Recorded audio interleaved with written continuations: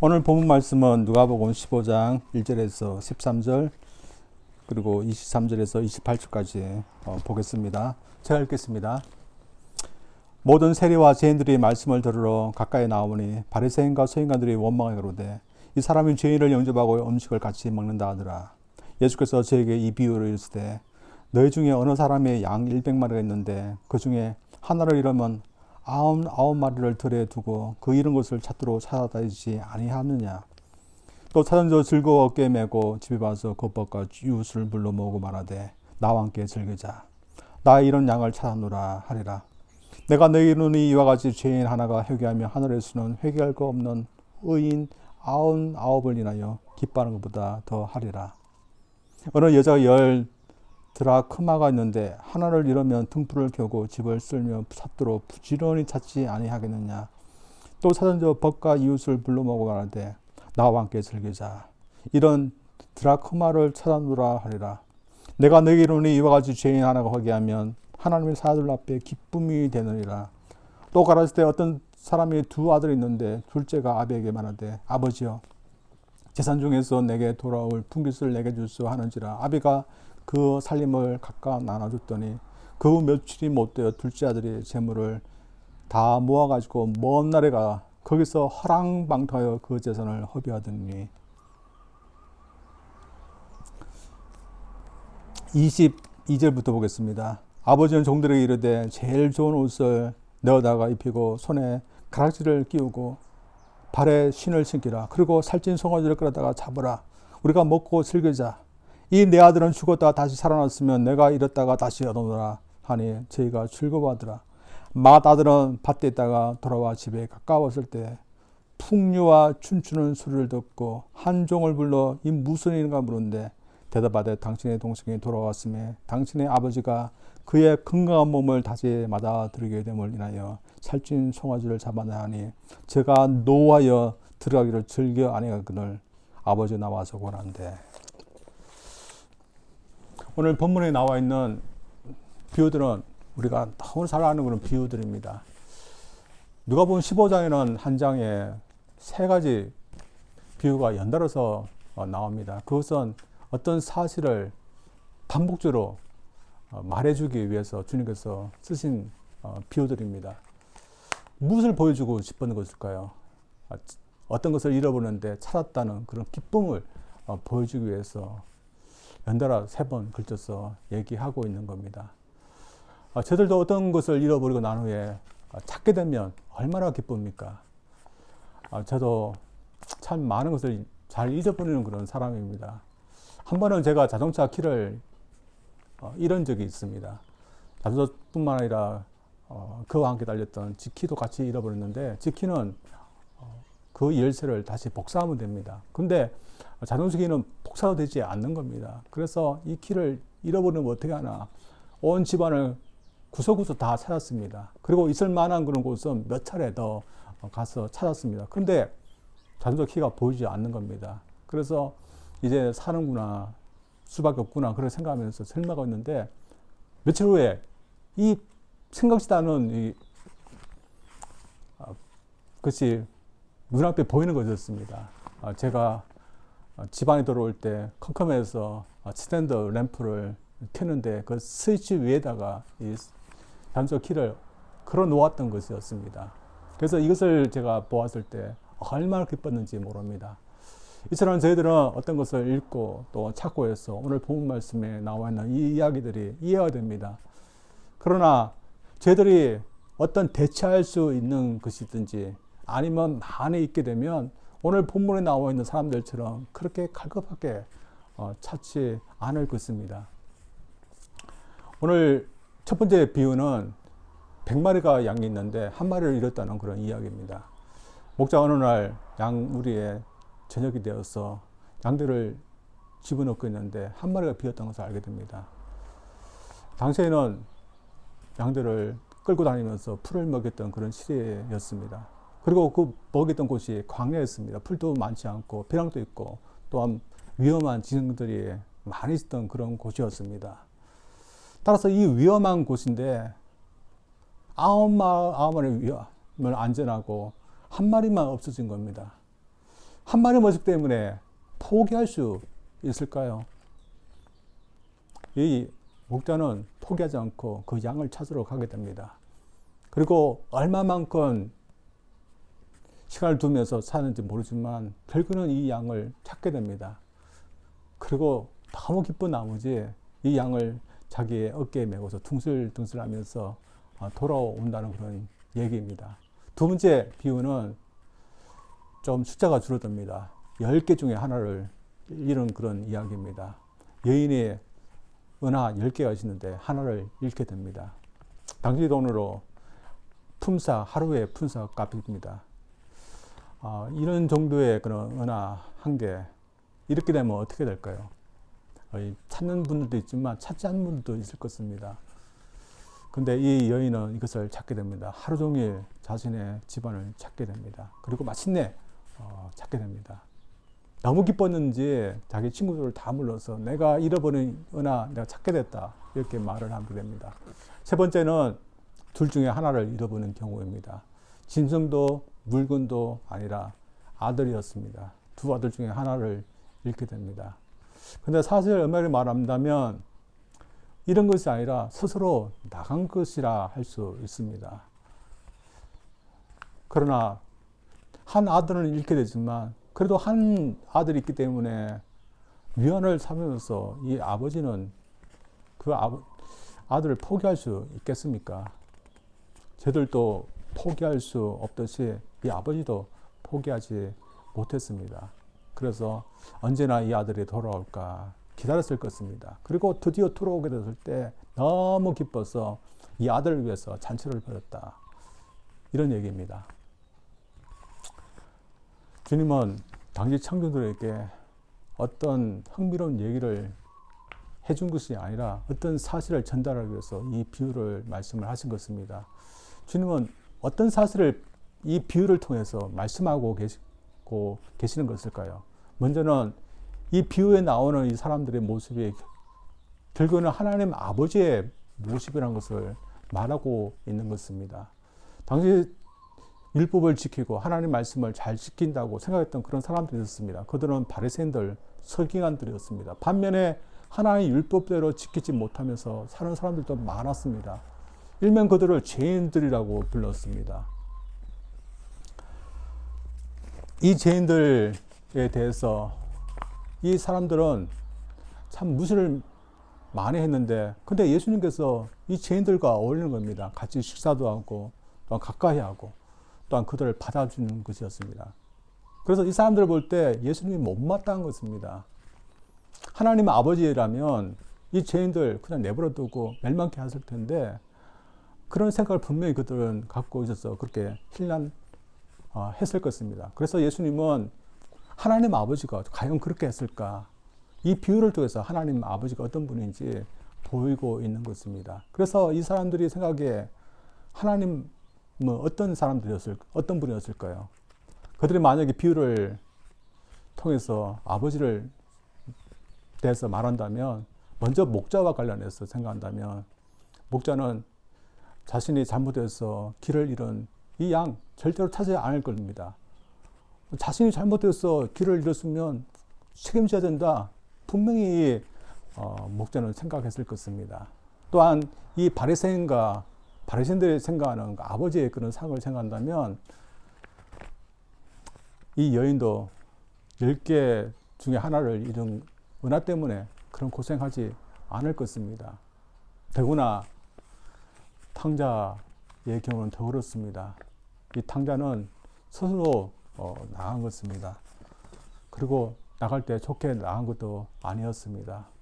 오늘 본 말씀 보면 이 탕자가 아버지 유산을 요구했고 그걸 가지고 나갔다고 말하고 있는데, 아버지 생전에 유산을 달라고 하는 것은 정말 배은망덕한 그런 행동입니다. 그리고 아버지와의 관계에서 돌이킬 수 없는 그런 행동을 하고 있는 것입니다.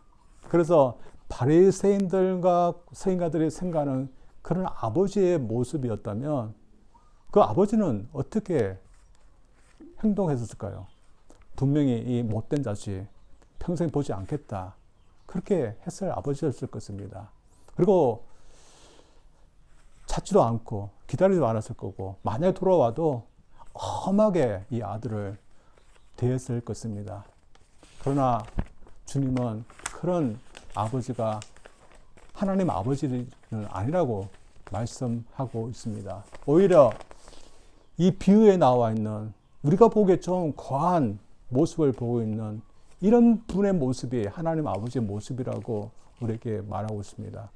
저희들도 이 비유에 나오는 사람들을 볼 때 어떻습니까? 좀 과하다 그렇게 생각하지 않습니까? 많은 그런 99마리나 되는 양이 있는데 그 양들을 내버려 두고 한 마리 양을 찾아서 광야에 간다. 좀 과하고, 또한 이 아버지 모습도 어떻습니까? 그때 당시에 이 아버지는 좀 연세가 많았던 그런 아버지라 할 수 있습니다. 근데 이 아들이 오기 전에 이 아들 모습을 보자 그냥 뛰어나가서 달려갑니다. 그리고 아들 목을 안고 너무 기뻐합니다. 당시의 어른, 체면을 생각하면 그렇게 하지 않는데 아버지는 좀 강한 모습을 보면서 기뻐합니다. 당시 사람들 하나님 아버지는 이렇게 하지 않을 거라 하는데, 예수님은 하나님 아버지 모습이 이런 것이라고 우리에게 말하고 있습니다. 사실 우리가 어떤 것을 잃어버렸을 때, 특별히 우리가 아끼는 것을 잃을 때 우리가 이거 상관없다, 우리가 포기할 수 있겠습니까? 당시 사람들, 하나님은 잃어버려도, 또한 포기해버려도 하나님은 괜찮을 거다, 그런 아버지라 그래서 생각했는데, 하나님 아버지는 그런 아버지가 아니라는 것입니다. 하나님 아버지께서 왜 이 비유에 나와 있는 사람들과 비슷할까요? 하나님 아버지께서 잃어버린 것이 하나님께서 정말 아끼시는 그런 사람들이기 때문에 아버지는 포기할 수 없는 것이었습니다. 저희들도 어떻습니까? 우리에게 어떤 많은 아이들도 있고 자식들이 있는데 한 명 아이를 잃게 되었습니다. 많은 아이들이 있기 때문에 한 명의 아이 우리가 포기할 수 있겠습니까? 아니면 100명의 그런 아이가 있는데 그 중에 한 명을 우리가 포기할 수 있겠습니까? 포기할 수 없는 것입니다. 하나님 아버지는 어떨까요? 10,000명, 10,000명, 수많은 그런 자들이 있지만 한 명을 잃어도 하나님께서 포기할 수 있겠습니까? 하나님 아버지는 포기하지 않는다는 것입니다. 따라서 우리가 하나님 아버지를 마음을 가지고서 사람들을 보아야 됩니다. 또 우리 그리스도인이 사역할 때, 사람들 대할 때 하나님 아버지 그 마음을 가지면서 우리가 사역해야 됩니다. 또한 저희들이 이와 반대되는 그런 논리로 볼 때 우리가 한 사람을 소중히 여기면서 사역하는 것, 어떻게 보면 낭비로 볼 수 있는 것입니다. 다시 말해서 이득의 노예, 경제의 논리 보면 참 어떤 사람들은 자신의 인생을 낭비하는 같이 보일 수 있습니다. 특별히 전도가 잘 되지 않는 곳에 가서 선교하는 선교사람들 어떻습니까? 저희들도 마찬가지입니다. 우리가 전도할 때 우리가 몇 년, 수십 년 전도하지만 전혀 듣지 않고 주님께 도지 않는 그런 분들이 있지 않습니까? 우리 경제 논리, 이득의 논리로 생각한다면 포기하고 다른 대상을 찾아야 됩니다. 그러나 그게 맞는 것일까요? 우리 하나님께서 포기하지 않으면 우리도 포기하지 않아야 되고, 하나님께서 아끼시면 우리도 아껴야 됩니다. 이런 마음을 가지고 있던 분들이 선교를 나갔는데, 특별히 짐 엘리엇이라는 그런 분이 이런 마음을 가지고 선교를 나갔습니다. 그분이 선교하고자 하는 곳은 남미의 어떤 부족이었습니다. 그런데 외부인을 보면 살인하는 그런 호전적인 그런 부족이었습니다. 근데 이 부족에 가서 복음을 전하면서 자신의 사명이라고 믿고 6년간이나 준비를 하고 3명의 동료 선교사를 가고 그 부족이 있는 나라로 가게 됐습니다. 처음에는 경비행기를 타면서 부족이 나타나면 어떤 음식이든지 아니면 전주든지 성경을 떨어뜨려주는 그런 사역을 했습니다. 근데 어느 날은 부족이 있는 그 강가 그 모리터스에 착륙했습니다. 그리고 그 부족들을 만나기 위해서 기다리고 있었습니다. 그리고 밤이 지나고 세월이 좀 지났습니다. 이 선교사님들 어떻게 되었을까요?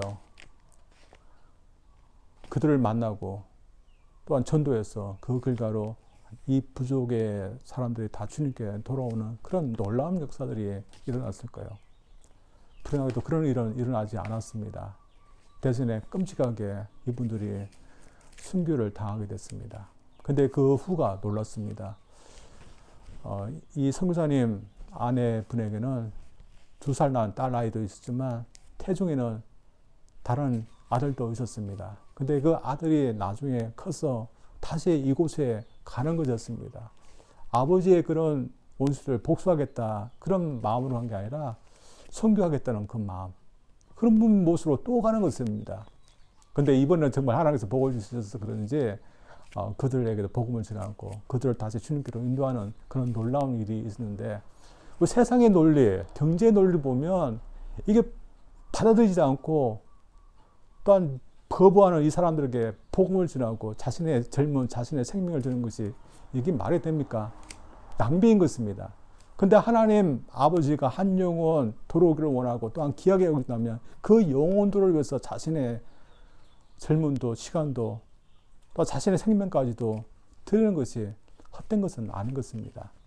따라서 저희들 하나님 마음이 이렇다면 또 사람들 대하는 우리의 모습도 또한 그렇게 되기를 원합니다. 그래서 한 사람 영혼 저희들이 이런 마음으로 보면서 저희들 살아갈 수 있기를 주님으로 축원드립니다. 두 번째는 이 비유들이 보여주는 사실은 우리 하나님 아버지는 엄격한 공정의 원칙으로 사람들을 대하지 않는다는 겁니다. 이 새우 비유 상황은 다르지만 결국 하나입니다. 찾았을 때 참 기뻐했다는 것입니다. 그래서 우리도 이 비유 이야기들 이해가 되는데, 특별히 이 비유의 이야기들을 보면 못 찾을 것 같은 그런 대상을 찾을 때 더 기뻐했다는 것입니다. 두 번째 경우는 모르지만 첫 번째 경우, 세 번째 경우는 참 못 찾을 것 같은 그런 대상을 찾은 것입니다. 첫 번째 경우 어떻게 할까요? 양 한 마리가 광야에서 길을 잃고 또한 헤매고 있습니다. 이 광야에는 배랑도 많고 또한 가시덤불도 많고 또한 무슨 맹수도 많이 있습니다. 그곳에서 살아남을 가능성이 얼마나 있을까요? 그래서 급하게 목자는 광야로 갑니다. 그리고 가면서 살지 못할 가능성도 많다, 그런 생각을 가지면서 갔을 것입니다. 그래서 그가 불안한 마음으로 찾고 있는데 다행히 이 양이 살아있고 또한 자기가 찾아서 데려올 수 있습니다. 이때 이 기쁨이 어땠을까요? 참 뭐라 표현할 수 없을 것입니다. 마찬가지로 이게 탕자의 이야기도 마찬가지입니다. 이 탕자가 참 안 좋게 하고 떠나지 않았습니까? 따라서 이 탕자가 아버지께 다시 돌아올 확률이 얼마나 되겠습니까? 그래서 이 아버지는 이 아들을 이런 것으로 생각하고 있습니다. 그리고 다시 보지 못할 아들로 생각하고 있습니다. 그런데 어느 날 이 아들이 돌아오는 겁니다. 그래서 이 돌아오는 아들을 다시 보게 되는 그 아버지의 기쁨 어땠을까요? 너무나 기뻤을 것입니다. 그래서 이 기쁨을 좀 알아줘야 되고 또한 특별히 가까이 있고 같은 식구라면 이 기쁨에 참석해야 되는 겁니다. 그러나 당시 그렇지 못했던 그런 사람들이 있었습니다. 비유에게도 이런 사람이 나타나지 않습니까? 바로 큰아들이었습니다. 당시의 바리새인이나 서기관, 큰아들, 똑같은 이유 때문에 아버지의 그 기쁨에 참여하지 못했습니다. 그 이유는 공정이라는 원리에 맞지 않는다는 것입니다. 이 형, 자신의 동생이 무사히 돌아왔습니다. 그러면 기뻐해야 되고 또한 즐거워야 됩니다. 그러나 왜 이게 기뻐하지 못하고 무사히 돌아온 것에 대해서 왜 이렇게 기분 나빠합니까? 결국에는 동생의 행동을 생각하면 동생을 항의하고 동생이 무사히 돌아왔다고 잔치를 벌여주는 거 맞지 않다고 생각했기 때문입니다. 만약에 아버지가 공정의 원리를 좀 사용해서 동생이 돌아왔을 때 엄벌을 내렸어. 좀 매를 좀 때리든지 아니면 좀 어디 가두었어. 좀 고생을 하게 하고 난 다음에 그 다음에 살게 했다면 좀 마음이 좋았을 것입니다. 하나님, 근데 이 아버지는 그런 거 없이 무사히 살아온 것만 해도 고맙다면서 잔치를 벌이고 환영하는 것입니다. 따라서 이런 거 없이 환영하고 잔치를 벌이니까 너무 싫었던 것입니다. 주님은 이런 이 비유기를 이야기를 말하지만 당시 바리새인과 서기관들, 비슷한 부류의 사람들이 가난한 그런 사람들, 죄인들이 주님 앞에 돌아왔을 때 참 너무 좋아한 것이 아니라 싫어하지 않았습니까? 같은 이유 때문에 그런 것입니다. 그러나 우리 하나님 아버지는 잘못한 것보다는 무사히 돌아온 것, 그 자체가 더 중요하고 더 기뻐했던 것입니다. 저들도 자녀들을 두면 그렇게 하지 않습니까? 어떤 한국에 또한 많은 세계에 있는 나라들의 아버지들 중에 자신을 끔찍하게 생각하는 것은 아버지들이 있습니다.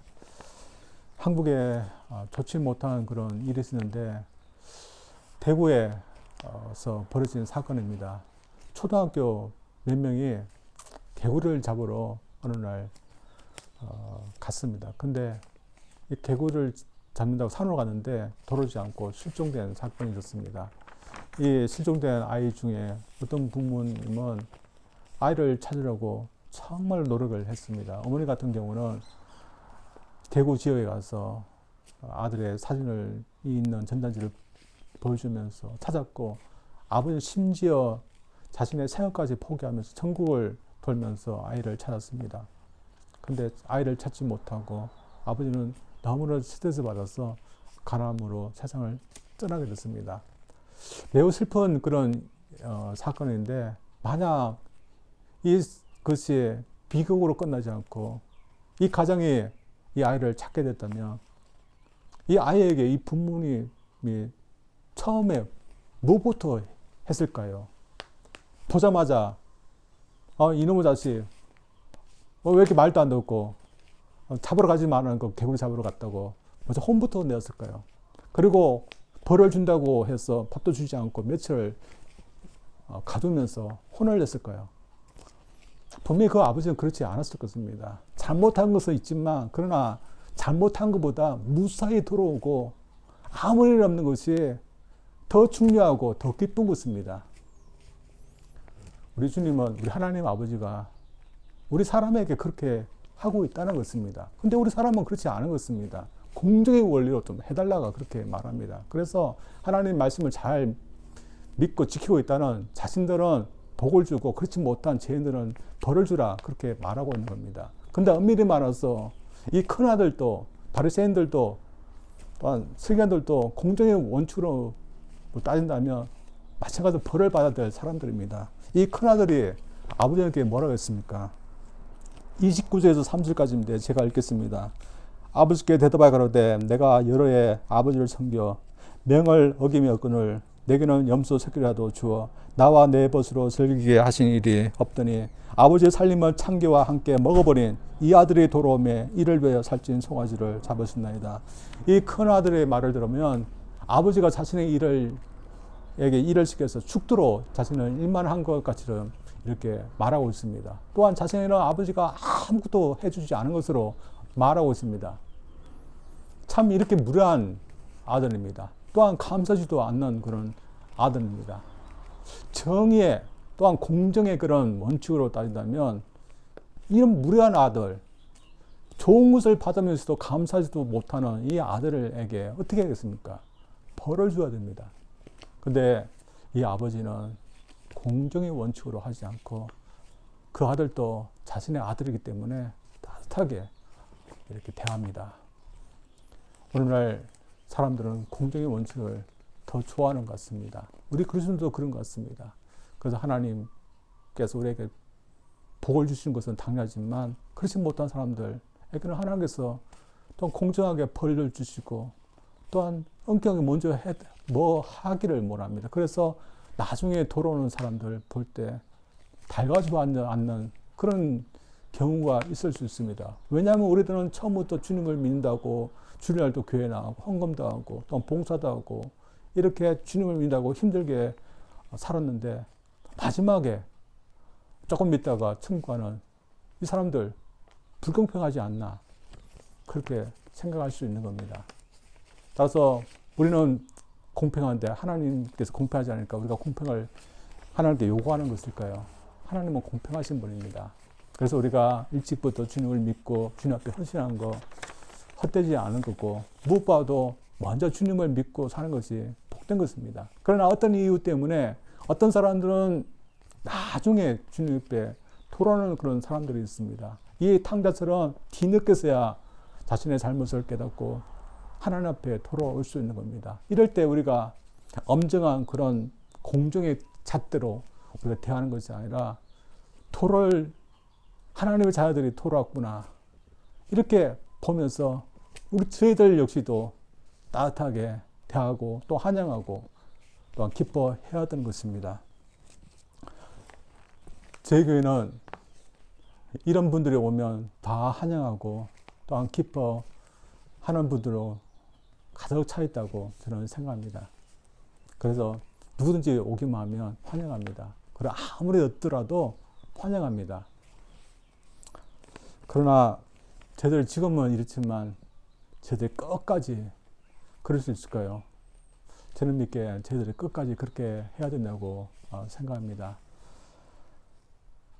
저희들이 교회는 작기 때문에 한 영혼 새신자가 오면 환영하고 기뻐하는데 만약에 그렇지 못한 상황이 된다 해도 우리가 기뻐할 수 있을까요? 만약에 큰 교회 예라의 경우라면 어떻게 할까요? 제가 한국에서 큰 교회 다녔던 본 적이 있습니다. 교사로 활동했는데 그 교회는 워낙 큰 교회라 교인 얼굴 누군지 다 모르는 정도로 큰 교회였고 또한 매주마다 새로운 분들이 나오는 그런 교회입니다.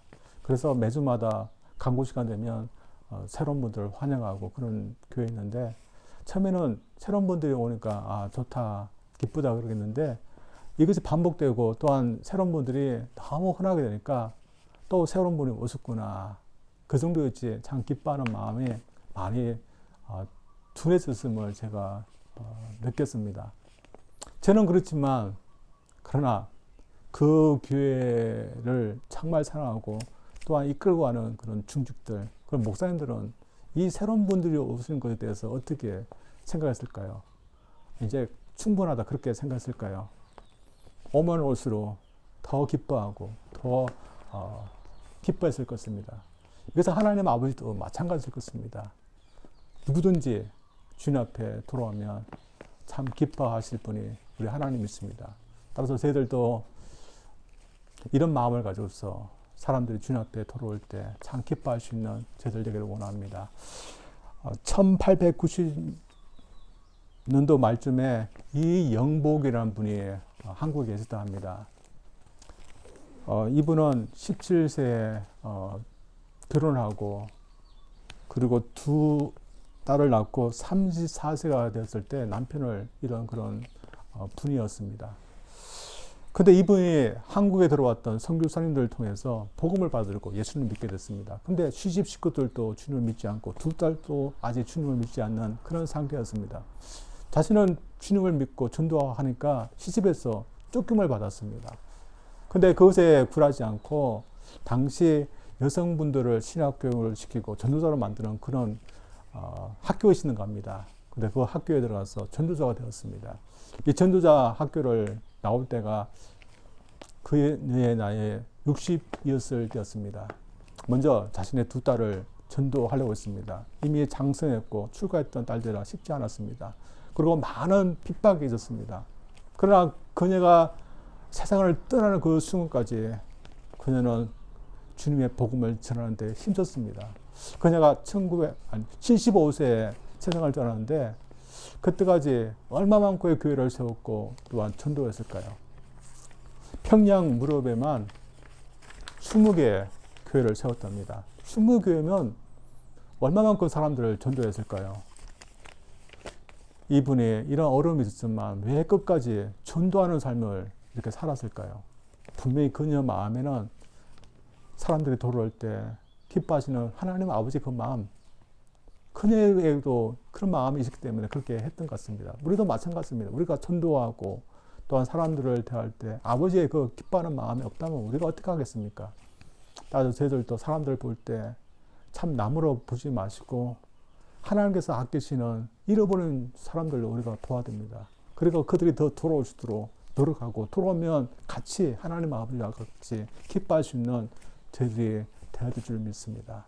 그래서 이 비유를 통해서 하나님께서 기뻐하시는 그것에 우리도 같이 동참할 수 있는 저희들 되기를 주님 이름으로 축원드립니다. 우리 기도하겠습니다. 하나님 아버지 감사드립니다. 우리 주님께서 죄인들을 부르시기 위해서 이 세상에 오셨고 죄인들과 함께 시간을 나누시고 음식도 드시고 또한 그들을 받을 때 그것을 못마땅히 여겼던 사람들이 있었습니다.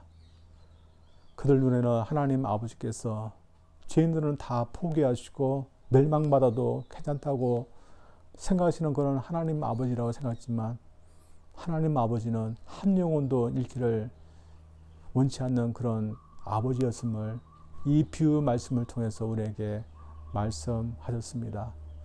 저희들 이 비유 말씀을 통해서 다시 한번 하나님 아버지께서 잃어버린 자들 얼마나 찾기를 원하시고 소중히 여기시는지 저희들 알게 도와주시고 또한 한 영혼이 돌아올 때 천국에서 참 기쁨이 있다고 말씀하신 그처럼 우리 하나님께서 얼마나 기뻐하신지 저희들 또한 믿게 여러봐 주시옵소서. 그래서 한 영혼을 귀하게 여기는 마음 주시고 또 한 영혼이라도 주님께 인도하기 위해서 저희들이 최선을 다할 수 있도록 우리를 인도하여 주시옵소서. 예수님 이름으로 기도합니다. 아멘.